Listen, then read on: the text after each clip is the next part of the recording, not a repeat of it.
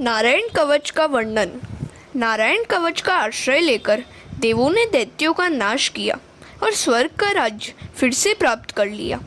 विश्वरूप का मातृगृह दैत्य कुल में था। वे सभी में ब्रह्मनिष्ठा रखते थे।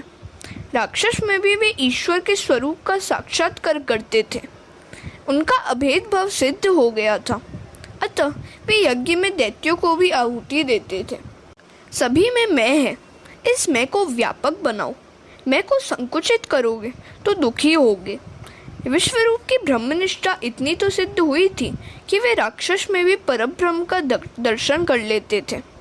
विश्वरूप का वध वृत्तासुर द्वारा देवताओं की हार और भगवान की प्रेरणा से देवताओं का दधीची ऋषि के पास जाना।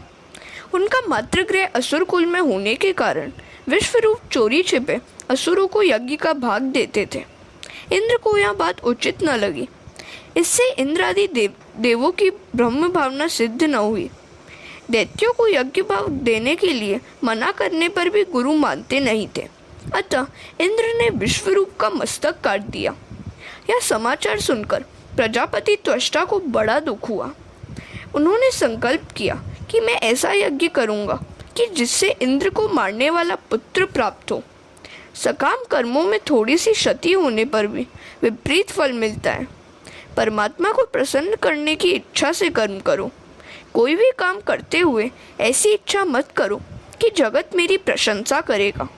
जगत ने तो श्री रामचंद्र जी की भी निंदा की थी। लोक कल्याण के हेतु से भी प्रभु राम ने मानव शरीर धारण किया था, कई प्रकार के दुख सहन किए थे, फिर भी जनता ने उनकी कदर न की। तुम ऐसा ही निश्चय करो कि मेरे भगवान को जो कुछ भाता है वही मुझे करना है। सकाम कर्म में हुई थोड़ी सी भी क्षति अनर्थकारी होती है। निष्काम कर्म में क्षति क्षम्य है, पर सकाम कर्म में थोड़ी सी भी क्षति अक्षम्य होती है। यज्ञ मंत्र से कुछ ऐसी क्षति हो गई कि इंद्र की हत्या करने वाले पुत्र के बदले इंद्र के हाथों से ही मारा जाने वाला पुत्र उत्पन्न हुआ। मंत्र था इंद्र शत्रु विवर्धस्व, इंद्र शत्रु विवर्धस्व। इस मंत्र को बोलते समय ऋत्विजों ने इंद्र शब्द को उदात्त कर दिया और शत्रु शब्द को अनुदात्त कर दिया। ऐसा होने से शब्दार्थ में परिवर्तन हो गया और परिणामतः इंद्र घातक पुत्र की अपेक्षा इंद्र द्वारा मरने वाला पुत्र उत्पन्न हो गया। यही कारण है कि वेद मंत्र का अधिकार सभी को नहीं दिया गया है। मंत्रोच्चारण या मंत्र पाठ में क्षति होने पर अनर्थ हो जाता है। केवल सात्विक विद्वान ब्राह्मण ही वेद का शुद्ध पाठ कर सकता है। भागवत में कर्म की निंदा की गई है। भागवत शास्त्र में केवल भक्ति की ही महिमा हो और कर्म को गौण माना गया हो, ऐसी बात नहीं है। हाँ, सकाम कर्म को गौण माना गया है। कर्म करते समय एक ही हेतु होना चाहिए, वह यह है कि ठाकुर जी को प्रसन्न करना। यज्ञ कुंड में से वृत्तासुर उत्पन्न हुआ। वह देवों को सताने लगा। देवों के सभी अस्त्र शस्त्र उसके सामने प्रभावहीन सिद्ध हुए। घबराहट के मारे देव परमात्मा की शरण में गए और परमात्मा से प्रार्थना करने लगे। हरे कृष्ण। दधीची ऋषि की अस्थियों से वज्र का निर्माण, देवताओं का वृत्तासुर से युद्ध तथा वृत्तासुर की भगवत स्तुति एवं भगवत प्राप्ति। परमात्मा ने देवों से कहा, यदि दधीची ऋषि की अस्थियों से वज्र बना सको तो उस वज्र से वृत्रासुर मारा जा सकेगा। साथ साथ भगवान ने देवों को उल्हाना भी दिया कि मुझे प्रसन्न करके भक्ति जैसी श्रेष्ठ वरदान मांगने के बजाय तुमने एक तुच्छ वस्तु की मांग की। प्रभु ने अपना दिव्य तेज वज्र में निहित किया। वृत्रासुर को मारने के लिए इंद्र वज्र लेकर युद्ध करने गया। त्रासदायक वृत्ति भी वृत्तासुर है। वृत्ति अंतर्मुख हो जाए तभी जीव को ईश्वर का मिलन हो सकता है। किसी भी अवस्था में ईश्वर से विभक्त मत हो। वृत्ति की बहिर्मुखता दुखद है, त्रासदायक है। यह तो देवों को भी त्रास देती है।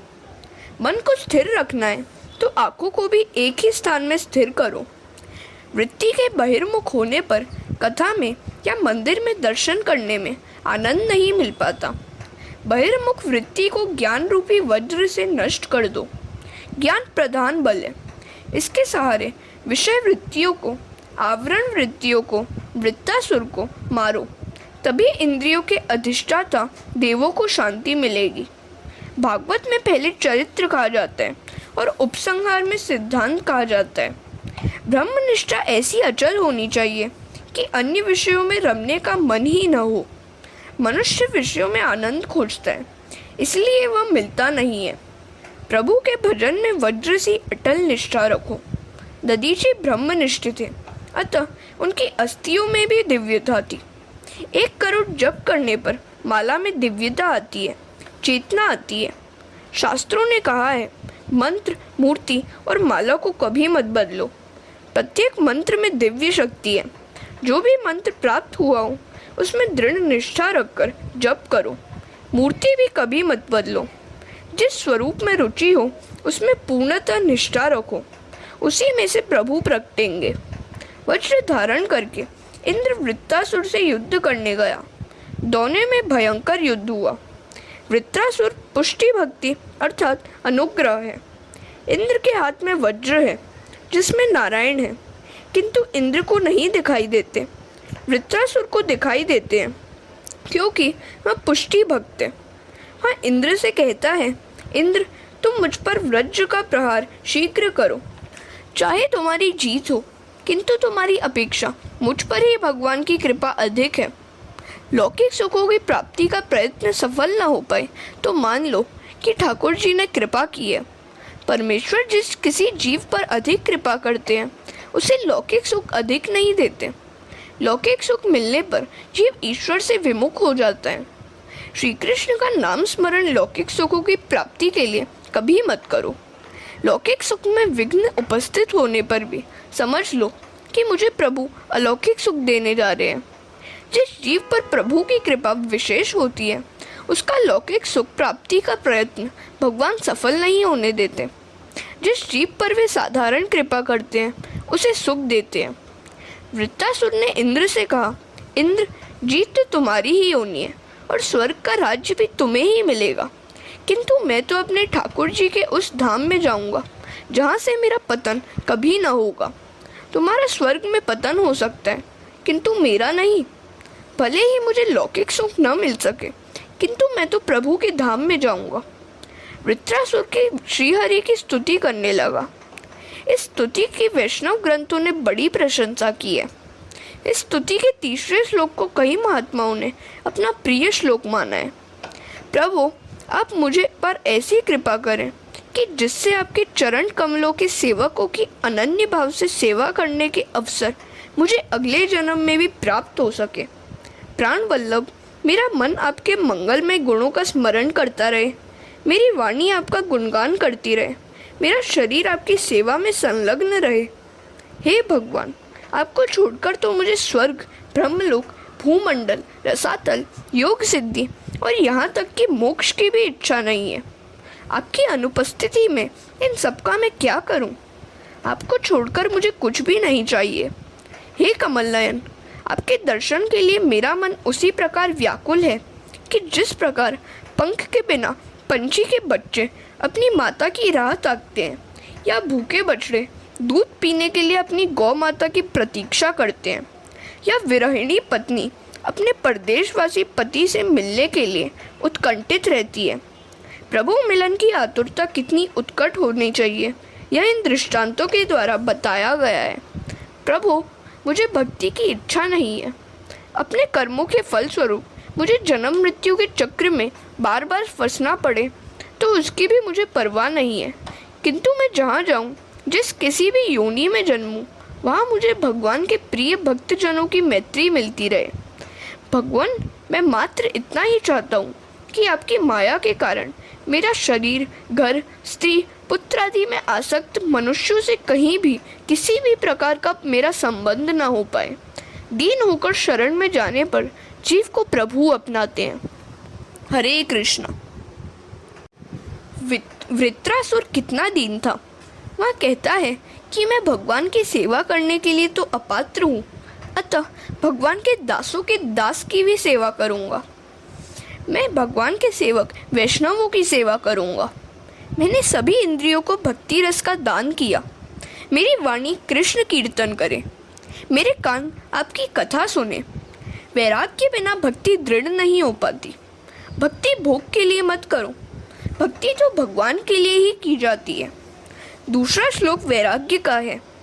वृत्रासुर भक्ति द्वारा इंद्र का राज्य या मोक्ष पाने की अभिलाषा नहीं करता।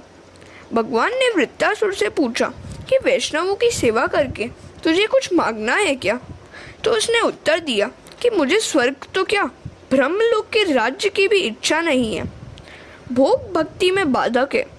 आजकल तो शिक्षा ही ऐसी दी जा रही है कि जिससे विषय वासना बढ़ती जा रही है और विषय वासना बढ़ने के कारण जीवन भी बिगड़ता जा रहा है।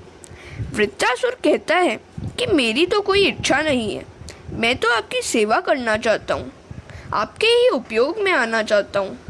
पहले श्लोक में वृत्रासुर की शरणागति है और दूसरे श्लोक से उसका वैराग्य प्रकट होता है।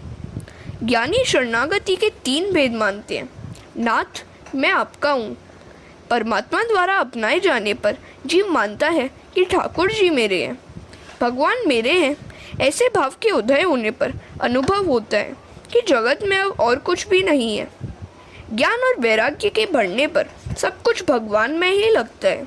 मेरापन चला जाता है, अहम ब्रह्मास्मि की प्रतीति होने लगती है। जगत में उसके लिए भगवान के सिवा और कुछ भी नहीं रह जाता। मैं नहीं रह पाता, वह मैं ईश्वर में विलीन हो जाता है। वैष्णव के बिना शरणागति दृढ़ नहीं हो सकती। तीसरे श्लोक में प्रार्थना की गई है कि हे प्रभु, आपके दर्शन के हेतु मुझे आतुर बनाए। परमात्मा पूर्ण प्रेम मांगते हैं, पर जीव उन्हें पूर्ण प्रेम नहीं देता, अतः उनको वह भाता नहीं है। जीव अपना प्रेम देता है स्त्री पुत्र आदि को। अतः वृत्रासुर कहता है कि मेरी तो एक ही इच्छा है कि आपके दर्शनों के लिए मैं आतुर बनूं। चौथे श्लोक में वृत्रासुर ने सत्संग की अभिलाषा व्यक्त की है। वह कहता है कि यदि पुनर्जन्म मिलना ही है तो हे प्रभु, आप मुझे वैष्णव के घर की गाय ही बनाएं। यदि मेरा दूध प्रभु के उपयोग में आने वाला हो तो मैं पशु भी बनने को तैयार हूँ। पशु शरीर में भी मुझे सत्संग ही मिले। वृत्रासुर ने तो ऐसी स्तुति की कि इंद्रासन भी डोलने लगा। भक्ति भगवान को परतंत्र बना देती है, अर्थात भक्ति भगवान को भक्त के वश में कर देती है। अतः भगवान मुक्ति तो देते हैं, भक्ति नहीं। भगवान जब कृपा करते हैं तब वे अंत में नष्ट होने वाली संपत्ति नहीं, भक्ति ही देते हैं। भगवान मुक्ति तो शीघ्र दे भी देते हैं, पर भक्ति नहीं, क्योंकि यदि भगवान भक्ति दे दे तो उन्हें भक्त का सेवक भी बनना पड़ जाता है। भक्ति स्वतंत्र परमात्मा को प्रेम के बंधन से बांध देती है। स्तुति के समाप्त होने पर इंद्र ने वृत्रासुर का वध किया। वृत्रासुर के शरीर में से निकला हुआ तेज भगवत शरीर में विलीन हो गया। भगवान ने वृत्रासुर का उद्धार किया। छठे स्कंद में पुष्टि लीला का वर्णन है। भगवान ने वृत्रासुर को पुष्टि भक्ति प्रदान की, अर्थात उस पर कृपा की। परीक्षित ने पूछा, ऐसे महान भक्त होने पर भी वृत्रासुर को राक्षस योनि में क्यों जन्म लेना पड़ा? उसे ऐसी तीव्र हरि भक्ति कैसे प्राप्त हुई? उसका पूर्व वृत्तांत क्या है? हरे कृष्णा। वृत्रासुर का पूर्व चरित्र एवं चित्रकेतु का वृत्तांत सुखदेव जी वर्णन करते हैं। राजन सुनो, वृत्रासुर अपने पूर्व जन्म में चित्रकेतु नामक राजा था। उसकी रानी का नाम था कृतद्युति। उसकी संतान नहीं थी। यहाँ शब्दार्थ नहीं, लक्ष्यार्थ से काम लेना चाहिए। जो चित्र विचित्र कल्पनाएं किया करता है वही चित्रकेतु है। बुद्धि ही कृतद्युति है। मन अनेक विषयों का विचार करता है। उसी विषयाकार स्थिति में चित्रकेतु का जन्म होता है। मन में जमे हुए बाहर के चित्र ही भजन में विघ्नकर्ता हो जाते हैं। एक बार राजा चित्रकेतु के घर अंगिरा ऋषि पधारे। राजा ने उनसे पुत्र मांगा। अंगिरा ऋषि ने राजा से कहा, पुत्र के माता पिता को भी तो शांति कहाँ है? तेरी कोई संतान नहीं है, यही अच्छा है। राजा के मन में संसार के कई चित्र जम गए थे, अतः उसने दुराग्रह किया। ऋषि की कृपा से उसके घर पुत्र का जन्म हुआ। राजा की और भी पत्नियां थीं। ईर्ष्यावश किसी विमाता ने उस बालक को विष दे दिया, अतः उसकी मृत्यु हो गई। यह देखकर चित्रकेतु और कृतद्युति रोने लगे। ऐसे शोक के समय वहाँ अंगिरा ऋषि के साथ नारद जी आए। पुत्र की मृत्यु पर राजा रानी को विलाप करते देखकर नारद जी ने उन्हें उपदेश दिया कि अब पुत्र के लिए रोना व्यर्थ है, अब तुम अपने लिए आंसू बहाओ। वह पुत्र जहाँ गया है वहाँ से वापस नहीं आएगा। 4 प्रकार के पुत्र 4 प्रकार के बताए गए हैं। शत्रु पुत्र, पूर्व जन्म का कोई वैरी ही सताने के लिए पुत्र रूप से आता है। ऋणानुबंधी, पूर्व जन्म का ऋणदाता अपना बकाया वसूल करने के लिए पुत्र रूप में आता है। उदासीन पुत्र, जब तक वह अविवाहित होता है तब तक वह माता पिता के साथ रहता है। माता पिता से न तो कुछ लेता है और न उन्हें कुछ देता है। ऐसा पुत्र विवाहित होने पर माता पिता से पृथक हो जाता है। माता पिता की यह इच्छा रहती है कि पुत्र का विवाह होने पर उसके 4 हाथ होंगे और वह उनकी सेवा करेगा, पर यह सोचते समय वह यह भूल जाता है कि 4 हाथ होने के साथ साथ 4 पग भी तो हो जाते हैं। विवाह के बाद मनुष्य अधिकतर पशुवत जीवन ही जीता है। सेवक पुत्र, पूर्व जन्म में किसी ने सेवा पाई होगी, अतः वह इस जन्म में सेवा करने हेतु पुत्र रूप से सेवा करता है। हम किसी की सेवा न करें पर दूसरे लोग हमारी सेवा अवश्य करें, ऐसी आशा करना निरर्थक है। स्कंद पुराण में पुंडलीक का चरित्र है। पुत्र को माता पिता की सेवा किस प्रकार करनी चाहिए, इसका यहाँ उत्तम दृष्टांत है। पुंडलीक के दर्शन करने के लिए भगवान स्वयं पधारे थे। वह भगवान के दर्शन करने नहीं गया था। पुंडलीक माता पिता की हमेशा सेवा करता था। वह माता पिता को ही सर्वस्व मानता था। माता पिता की ऐसी सेवा से भगवान ने प्रसन्न होकर दर्शन दिए। जब भगवान द्वार पर आए तब पुंडलीक तो माता पिता की सेवा में लीन था। वह तो बेचारा गरीब था। उसकी एक छोटी सी कुटिया थी, अंदर बैठने के लिए स्थान तक न था। भगवान बाहर ही खड़े खड़े पुंडलीक की प्रतीक्षा करने लगे। माता पिता की सेवा में व्यस्त पुंडलीक ने भगवान से कहा, माता पिता की सेवा के फलस्वरूप आप मुझे मिले हैं, अतः मुझे उनकी सेवा प्रथम करनी है। और उसने एक ईंट फेंकते हुए भगवान से कहा, मैं जब तक माता पिता की सेवा पूरी न कर लूँ तब तक आप इसी पर खड़े रहिए। भगवान साक्षात प्रकट हुए, फिर भी पुंडलीक ने माता पिता की सेवा का कार्य अधूरा न छोड़ा। भगवान ईंट पर खड़े रहे। ईंट से वीट बना और उसका नाम पड़ा विठोबा। खड़े खड़े भगवान जब थक गए तो उन्होंने एक हाथ अपनी कटी पर रख लिया। आज भी पंढरपुर में ये वैसे ही मुद्रा में खड़े हुए हैं। पुंडलीक ने उन्हें जिस तरह खड़े रहने को कहा था वैसे ही वे आज भी खड़े हुए हैं। कटी पर हाथ रखकर वे बताते हैं कि मेरे पास आने के लिए, मेरा आसरा लेने वाले के लिए संसार मात्र इतना, कटी तक की ऊंचाई जितना गहरा है। भगवान पांडुरंग की स्तुति का स्तोत्र श्रीमद् शंकराचार्य ने इस प्रकार रचा है। भवाब्धे प्रमाणम इदम माम कानाम नितंबम कराभ्याम धृतो येन यत्नात् समागत्य तिष्ठन्त आनंद कंदम परब्रह्मलिंगम भजे पांडुरंगम। भवाब्धे प्रमाणम इदम, किंतु किसके लिए? जो भगवान का बन जाए उसके लिए। हरे कृष्ण। नारद जी राजा चित्रकेतु से कहते हैं, राजन, तुम्हारा शत्रु ही पुत्र बनकर जन्मा था। अच्छा हुआ कि वह मर गया। तुम्हें तो आनंद मनाना चाहिए। घर, धन, पत्नी, विविध ऐश्वर्य, शब्दादि विषय, राज्य, समृद्धि, सेवक, मित्रजन, रिश्तेदार आदि सभी शोक, मोह, भय और दुख के दाता है। ये सभी नाशवान हैं। जीव के हजारों जन्म हो गए, हो रहे हैं और होंगे। इनमें कौन किसका सगा और कौन किसका संबंधी है। जिस प्रकार जल प्रवाह में बालू के कण कभी इकट्ठे होते हैं और कभी बिखर जाते हैं, उसी प्रकार समय के प्रवाह में संसार के प्राणी इकट्ठे होते हैं और बिछुड़ जाते हैं। जब उस मृत राजकुमार की जीवात्मा को लाया गया तो वह किसी को भी पहचानता नहीं था। उसने कहा, मेरे तो हजारों जन्म हो गए हैं, मैं उनमें से कौन कौन से जन्म के माता पिता को याद रखूं। और ऐसा कहकर वह जीवात्मा चला गया। नारद जी ने कहा, राजन, तुम किसके लिए रो रहे हो? वह तो तुम्हारी ओर दृष्टि भी फेरने को तैयार नहीं है, फिर भी तुम शोक कर रहे हो। नारद जी ने चित्रकेतु को दिव्य ज्ञान दिया और तत्वोपदेश दिया तथा मंत्र का भी उपदेश दिया।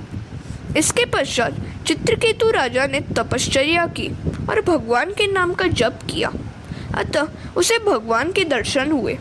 उसके सारे पापों का क्षय हो गया, वह महाज्ञानी और महासिद्ध हो गया और भगवान ने उसे पार्षद बना लिया। एक दिन चित्रकेतु आकाश में विहार कर रहा था। वह तो घूमता फिरता कैलाश धाम आया। वहाँ उसने देखा कि पार्वती जी शिव जी की गोद में बैठी हुई है। यह देखकर उसके मन में कुभाव जागा। विषय वासना में से चित्रकेतु का जन्म होता है। प्रत्येक स्त्री पुरुष को नर नारायण के रूप में देखने पर वासना उत्पन्न नहीं होगी। चित्रकेतु ने सांसारिक भाव से शिव पार्वती को देखा। इस चरित्र से स्पष्ट होता है कि बिना ज्ञान की भक्ति व्यर्थ है। मात्र सगुण के साक्षात्कार से मन शुद्ध नहीं होता। साक्षात्कार से मन की चंचलता नष्ट नहीं हो पाती। सगुण और निर्गुण भक्ति के होने पर ही जीव शिव बन सकता है। चित्रकेतु शिव पार्वती को लौकिक दृष्टिवश काम भाव से देखने लगा। शिव पार्वती के इस प्रकार बैठने का एक कारण था।